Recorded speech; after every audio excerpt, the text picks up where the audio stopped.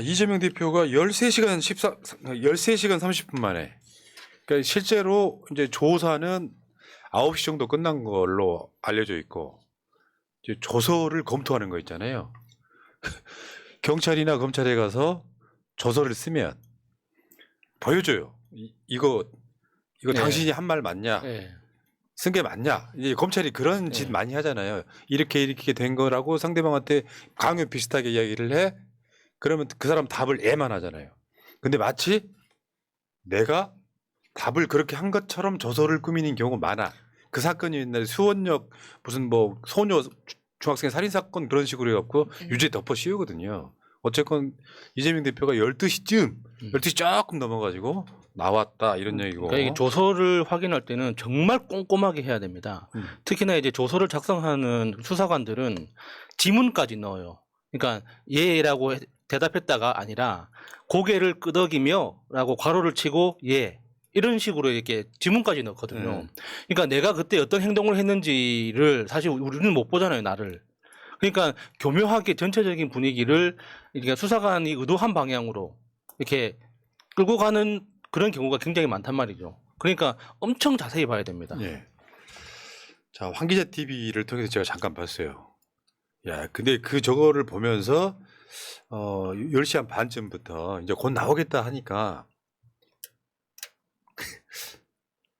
에이, 가려 그랬는데 가지 말아야지. 10시 반부터 1시간 반 동안 멀지도 않잖아요. 잠깐 갔다 오려고 그랬는데 어저께 지금 보는 사진은 새날 스텝이 가서 직접 찍은 사진인데 진짜 사진 못 찍죠. 현장 사진 아닙니까? 아니 그런 것보다 현장에 딱 그 긴박함이 이렇게 살아 있잖아요. 내가 그래서 우리 PD한테 뭐라 그랬어요. 야, 사진이 뭐 이렇게 찍냐.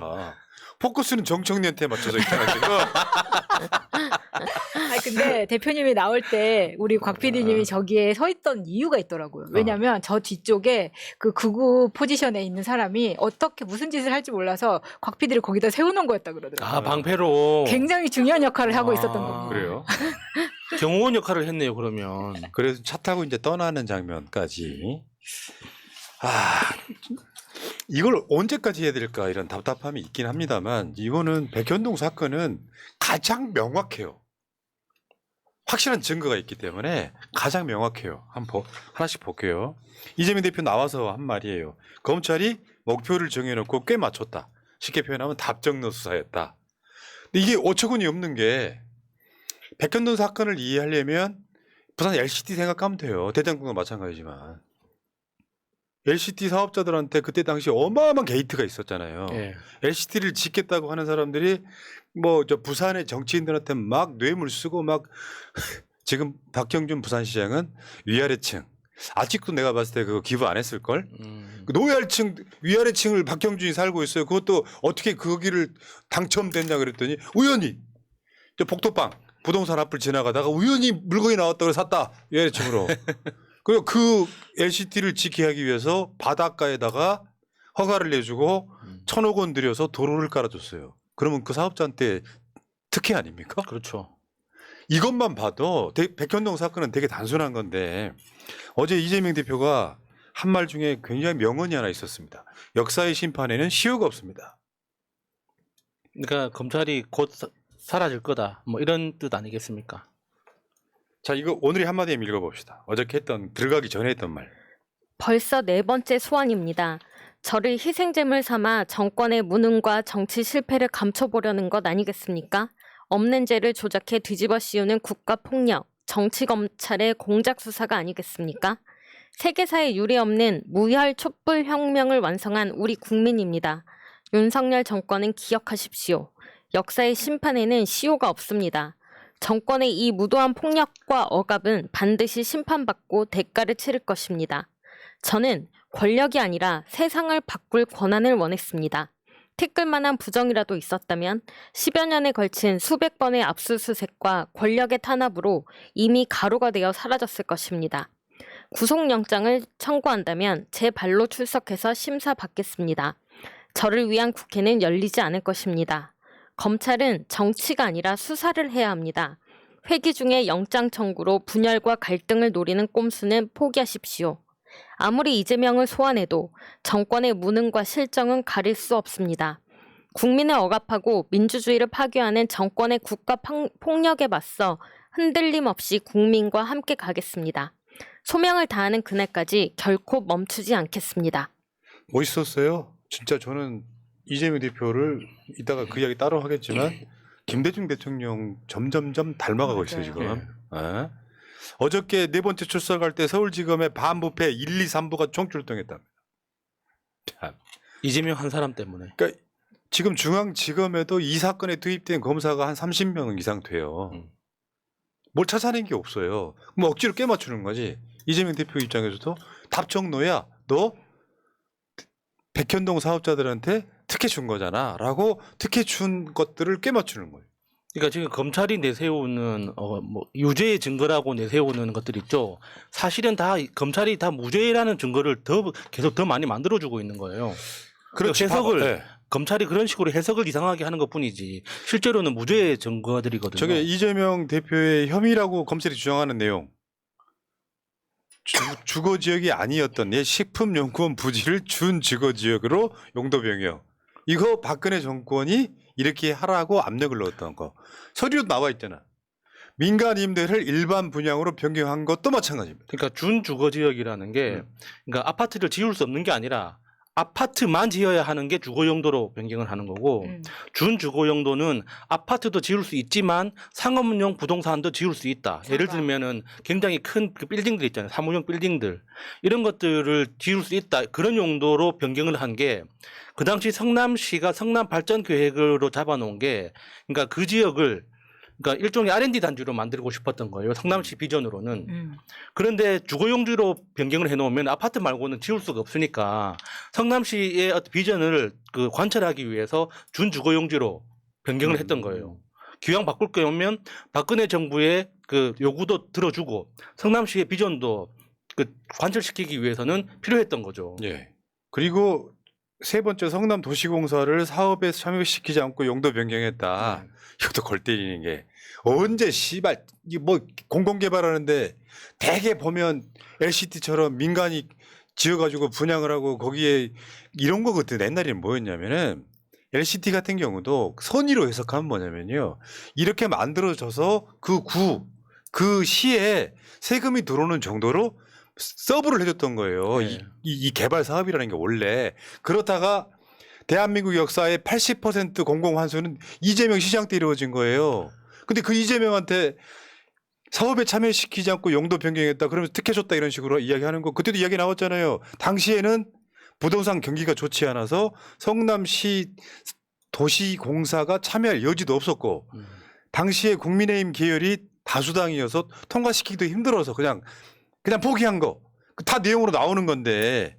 자, 지금 다시 한번 볼게요. 2014년 3월 12일 날 지역 주도 맞춤형 지역 경쟁 활성화 대책. 여기 보면은 그다음 거 보시면 노란색만 좀 읽어봐요. 제5차 무역투자진흥회의에서는 미착공 이전 기관에 대한 종전 부동산 매각 지원을 강화하기 위해 용도 변경 등 규제 완화 지원, 매각 지원 기관에 대한 재정 지원, 매각 방식 다양화 등의 지원 방안을 마련하여 발표한 바 있으며 용도 변경 필요 기간에 한국식품연구원은 국토부 지자체 간 협의를 통해 종전 부동산에 대한 용도를 변경하여 민간 매각 추진. 봐봐요. 용도 변경했다고 지금 저 박근혜 정권의 국토교통부의 서류에 나오잖아요. 그다음 거. 용도 변경 필요 기간은 국토부 지자체 간 협의를 통해 종전 부동산에 대한 용도를 변경하여 민간 매각 추진. 그 필요 기관이 식품연구원인 거죠. 성남시 도시관리계획 변경 추진 이런 식이란 말이죠. 그런 분위기였다고 어제도 말씀드렸지만 성남시장이면 지금 인구가 한 100만쯤 되는 거지만요. 예. 기초단체장이란 말이에요. 훗날 그는 대선 후보가 된다가 아니고 이재명 시장 초선 때예요. 성남시장 초선 때. 그거를 단박에 들어준 것도 아니야. 식품연구원이 계속해서 국토부 등에서 압박해 들어올 때 그 반려를 열 몇 번씩 한단 말이에요. 근데 재밌는 게 이 사건에 있어갖고 진짜 중요한 건 배임이라고 하는 그 말 자체의 악의성이라고 생각해요. 어떨 때는 뇌물 이런 게 아니라 배임이란 말. 사실 배임을 증명하기 굉장히 어려운 수사라고 했죠. 원래. 왜? 손해를 예. 정현주 KBS 사장이 배임죄로 수사를 받았어요. 비리가 없어서. KBS에 손해 끼쳤다야. 근데 손해 끼친 이유가 법원 판결로 합의해라. 해갖고 KBS 사장이 합의를 해줘가지고 KBS가 손해를 봤다 이런 거예요. 그리고 결국 무죄가 됐지. 근데 이런 거. 나는 돈 가져간 게 없다. 상대방한테 특혜를 주면 내가 얻는 이득이 있어야 되잖아요. 근데 내가 얻은 이득이 사실상 없어. 그러니까 배임이라고 거는 거예요. 안 그러면 정치자금법 위반, 뇌물 이렇게 걸겠죠. 나는 이런 돈 안 가져갔다 그러니까 검찰의 주장이 뭔지 아세요? 그래도 배임 성립된대. 그러니까 검찰의 주장은 그러니까 성남시가 얻을 수 있었던 이익을 포기했기 때문에 배임이라는 거예요. 아휴. 그러니까 생기지도 않은 가상의 이익을 상정해놓고 그걸 너는 왜 욕심내지 않았느냐. 근데 그것도 사실 말이 안 되는 게 이 백현동 사건에서 가장 제가 이상하게 보는 건 식품연구원의 행동이에요. 그러니까 식품연구원이 그 땅을 판매를 할 때 그 아시아 디벨로퍼인가 뭐 그런 회사에 매각을 하잖아요. 근데 매각할 때 조건을 겁니다. 아파트 안 만들면 우리 땅 다시 가져간다. 이 옵션을 넣어서 판단 말이에요. 그래가지고 식품연구원이 그 아파트 개발 시행사가 됩니다. 직접 시행사가 돼. 그러니까 그 자체가 너무 이상한 거예요. 예. 그러니까 어쨌건 이제 그 이야기는 바로 뒤에 나오니까요. 이재명 대표는 백현동 의혹에 대해서는 사실상 100% 반박을 한 거예요. 예. 100% 반박한 거예요. 검찰이 촘촘한 그물을 넣고 이재명을 걸려고 했지만 100% 반박된 사건인데 결국은 뭡니까 이제는? 여기서 나오는 게 뭐냐면 검찰이 조중동 등을 통해서 언론 플레이할 때 나오는 게 뭐냐면 뭐뭐한 정황이라고 표현해요. 요걸 다른 식으로 표현하면 뇌피셜이라는 뜻이에요. 수사가 증거가 있어. 예를 들어서 간단해요. 백현동 사업자가 이재명 대표한테 뭔가 줬다면 확실하게 걸렸을 거 아니에요. 네. 이재명 얻은 이익이 없어요. 그러면서 결국 얘네들도 하는 말은 정치적 이득? 그것도 못 걸었어. 정치적 이득이면서 그게 성남 FC 건의 수사에 지들이 내세운 명분이잖아. 백현동 사건은 그냥 배임이야. 성남시가 돈을 가져올 수 있었는데 못 가져왔다. 이런 건데 아까 야수님 이야기에 난 그게 놀랄만한 이야기가 들어요. 지금부터 한번 해보려고요. 아까 말씀하셨죠? 백현동에 있는 식품연구원 부지를 산 사업자. 지금 생각해 보니까 지금 넘어갔는데 그 사업자와 박근혜 정권 실세랑 연결돼 있을 가능성 그런 느낌이 있잖아요. 네, 왜 그러냐면 상상을 하게 되더라고요. 백현동 의혹의 업체가 박근혜 정부와 부동산 매각 MOU를 협의합니다. 그러니까 뭔가 박근혜가 주재한 회의에서 이런 문제가 나왔다는 것 자체가 뭔가 수상한 거예요. 그 식품연구원이 어디로 갔냐면 전라북도로 갔어요. 혁신도시 이렇게 하면서 찢었다고. 그 자리를 개발을 해야 되는데 박근혜 정권의 지금으로 말하면 김건희 같은 거죠. 고속도로 종점 변경하듯이 박근혜 전 정부 차원에서 예를 들면 국토부 지금의 원희룡 같은 차원에서 저걸 밀어주고 있었다는 정황들이에요. 지금 저게. 그러니까 그 기본적인 그 취지 자체가 박근혜 정부에서 그러니까 국토균형발전이라는 노무현 정부 때 만들어진 그 국가발전 계획을 열심히 실행하기 위해서 그런 관계부처 합동회의를 했다는 것부터 저는 그게 너무 의심스러운 겁니다. 그러니까 박근혜 정부가 왜 노무현 정부의 정책을 그렇게 열심히 가열차게 밀어붙이려고 했을까? 그것도 의심스러운 거지만 지금 드러난 뭐 여러 가지 증거가 없기 때문에 뭐라고 말은 못하죠. 하지만 식품연구원만 꼭 집어서 용도 변경까지 거론해가면서 이거는 반드시 추진해야 된다라고 찍은 것도 그런 것이고 거기 관련해서 그 관련된 업체라는 그 아시아 디벨로퍼인가 하는 그 회사의 행동 그리고 식품연구원과의 거래관계 이런 것들이 너무 이상한 겁니다. 그러니까 아파트를 개발하는 과정에서 한국식품연구원이 시행사로 들어갔다가 그 아시아 디벨로퍼한테 그러니까 넘겨주고 나온 거예요. 그러니까 인허가 절차를 식품연구원이 싹 다 정리를 해주고 그리고 공사만 하면 될 수 있는 굉장히 좋은 조건에서 그 식품연구원이 아시아 디벨로퍼한테 넘겨주고 나왔는데 그러면은 지금 검찰의 논리로면 배임은 식품연구원이 한 거죠. 그렇지. 원래 아시아 디벨로퍼가 가져갈 수 있는 그 수천억의 이익을 식품연구원이 포기한 거 아닙니까? 그러니까 그 업체가 이 박근혜 정권 굳이 말하자면 ESIND 같은 거예요. 내가 보기엔 그런 거야. 그러니까 박근혜 정권 차원에서 밀어준 거 아니에요. 2014년 1월 달 국토부와 협의하고 3월 달엔 청와대 보고도. 저게 왜 이루어졌냐면 그 전해 2013년에 식품연구원이 LH하고 성남시한테 부지 매입을 요청했는데 성남시가 거부한 거예요. 그러니까 그 다음에 2014년 1월 달에 국토부와 협의하고 3월엔 청와대 보고가 이루어지는 거예요. 그러니까 이거 안 되는데요. 이재명 또 성남시 안 해주는데요. 이렇게 되는 거잖아. 그러니까 중앙정부가 나선 느낌. 뭔가 있잖아 지금 이거. 그러니까 상식적으로 앞뒤가 안 맞는 것들이 좀 너무 많이 보입니다. 그러니까 이재명 그 당시 성남시장 입장에서는 최선의 행동을 한 거예요. 그러니까 그 당시 부동산 경기 때문에 그리고 한국식품연구원이 너무나 주도적으로 모든 사업을 주도했기 때문에 성남시가 끼어들 틈이 없었죠. 그러니까 성남시 도시개발공사라는 그 공기업의 어떤 재무구조나 자산의 규모를 봤을 때 그런 큰 대규모 부동산 사업에 뛰어들 수 있는 형편도 아니었고 근데 그 과정에서 그 한국식품연구원이 모든 걸 주도하고 중간에 빠졌는데 지금 모든 그 의혹은 이재명한테만 묻고 있는 겁니다. 그리고 2013년 7월 달에 박근혜 주재 회의에서 자율적 매각 방법 선택 방침을 수립합니다. 흐름이 이상해요. 근데 지금에 와서는 이게 이재명이 배임했다 이렇게 뒤집어 씌우는 거예요. 이거 법적으로 하등의 문제가 없다고 생각해요. 이거는 영장 청구에도 영장 나올 수가 없는 판사들이 그런 얘기하잖아요. 다툼의 여지가 있다. 딱 이런 정도 느낌이에요. 굳이 말하자면 박근혜 정권 때도 ESIND 같은 업체가 하나 있었다. 이런 정황인데 그냥 넘어갔던 거잖아요. 지금 이 상황은. 결국 개발업체에 특혜를 준 것은 박근혜 정권이죠. 박근혜 정권이 사업자와 유착되어 있는 의심을 지울 수가 없죠. 이게 김건희 고속도로랑 비슷하다고 생각을 한다면 여기에서 그 식품연구원은 국토교통부 역할을 한 게 아닌가 싶습니다. 계속해서 나오는 문건이나 내용들 했던 행동들을 보면 식품연구원이 계속해서 뭔가 맞지 않는 일들을 계속 하는데 그러면 식품연구원에 대한 수사가 바탕이 돼야 되는 게 맞는 것 같고 당시에도 식품연구원의 본부장 부장들이 파면되고 해임됐다고 하는데 그러면 이 사건은 그때 이미 끝난 건데 다시 이재명을 물고 가기 위해서 끄집어낸 거라고 생각이 들죠. 그러니까 이재명 관련된 건 싹 털어. 그래서 이거 증거가 있고 없고를 떠나서 엮을 만한 건 다 엮어. 지금 현재 이재명 대표에 대한 수사가 이거예요. 다 엮어봐. 조국 장관 털던 거랑 똑같잖아요.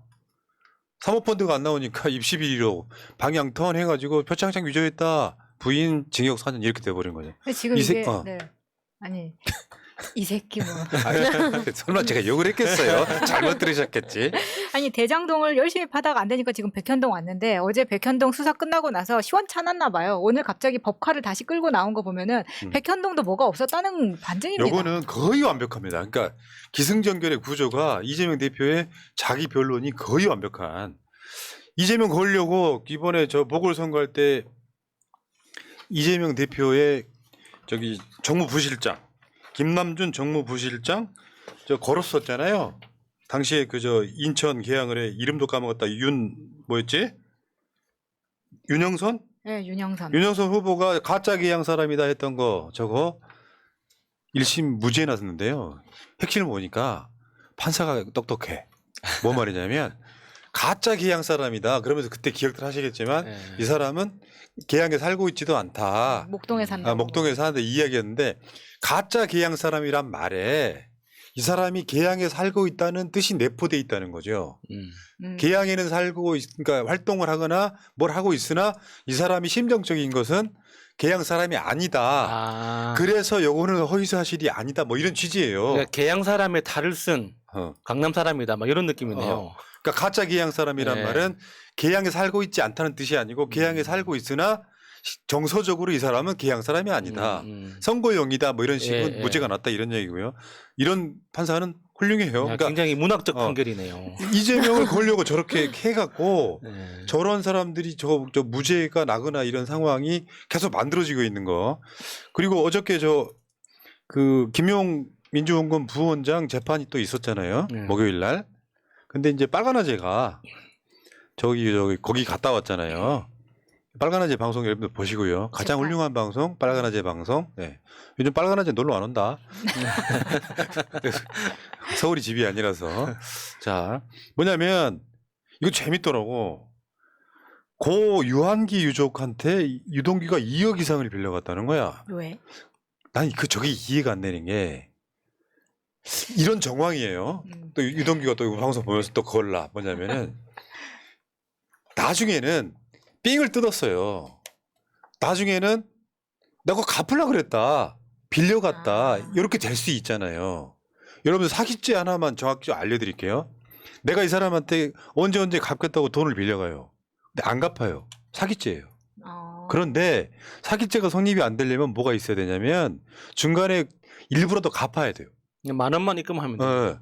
그러면 내가 갚을 의지는 있었던 건데 보니까 유동규가 고 유한기 씨 유족한테 2억 이상 빌려갔다는 거야. 2억 이상을 빌려갔는데 안 갚았던 거죠. 이거를 지금 유족이 법원에 진정서를 제출했다는 거죠. 그러니까 2억 이상 빌려갔는데 포르쉐를 샀네? 돈을 안 받고. 이상하잖아요. 그렇죠. 그리고 황무선 전 사장으로부터도 1억 5천만 원을 빌려갔다는 거예요. 그러니까 저건 어떤 정황들이 발견되냐면 검찰이 좋아하는 정황. 이재명 대표 정황이라고 얘기하잖아요. 유동규가 주위에 돈을 많이 저기 삥인지 아니면 진짜 빌려간 건지 모르지만 돈이 많이 필요했던 정황 중에 하나예요. 그럼 뭐야? 대장동 업자들한테 내가 뜯어낼 수 있는 정황이 많아지는 거잖아요. 돈이 필요한 사람이야 막 내연도 어떻게 해야 되고 막 포르쉐도 사야 되고 뭔지는 모르지만 그럼 어떻게 해? 대장동 사업자들을 관리해야 될 성남 도시개발소도 본부장이 그 사람들하고 유착해가지고 이제 돈을 뜯어내거나 자기 지분을 챙기고 하는 구조로 가겠죠. 그게 지금 어제 저 재판에서 나온 거죠. 참. 그러니까 유동규라는 그 개인이 참 독특한 캐릭터인 것 같아요. 그러니까 이렇게 성남에서 무슨 그 주택 그 재개발 조합장이 되는 그 과정도 그렇고 그 이후에 그러니까 김만배 씨하고 인연을 맺어가지고 여러 가지 사업을 벌여놨던 그런 과정들을 보더라도 그러니까 들려오는 그 소문들이 있잖아요. 그러니까 뭐 유흥업소에서 돈을 엄청 많이 썼다 뭐 이런 이야기부터 해서 정말 그 흔히 보기는 어려운 독특한 캐릭터인 것 같습니다. 그러니까 참 사람이 그런 거거든요. 믿고 일을 맡기면 고양이 앞에 생선 갖다 준 거랑 똑같이 만드는 게 제일 나쁜 새끼예요. 유동규 윤석열. 똑같은 거잖아. 일을 믿고 맡기는데 자기 이익을 위해 쓰는 놈들이잖아요. 자 여기까지 하시고요. 어쨌건 이재명 대표는 당당했다. 검찰이 지금 억지 부리고 있다.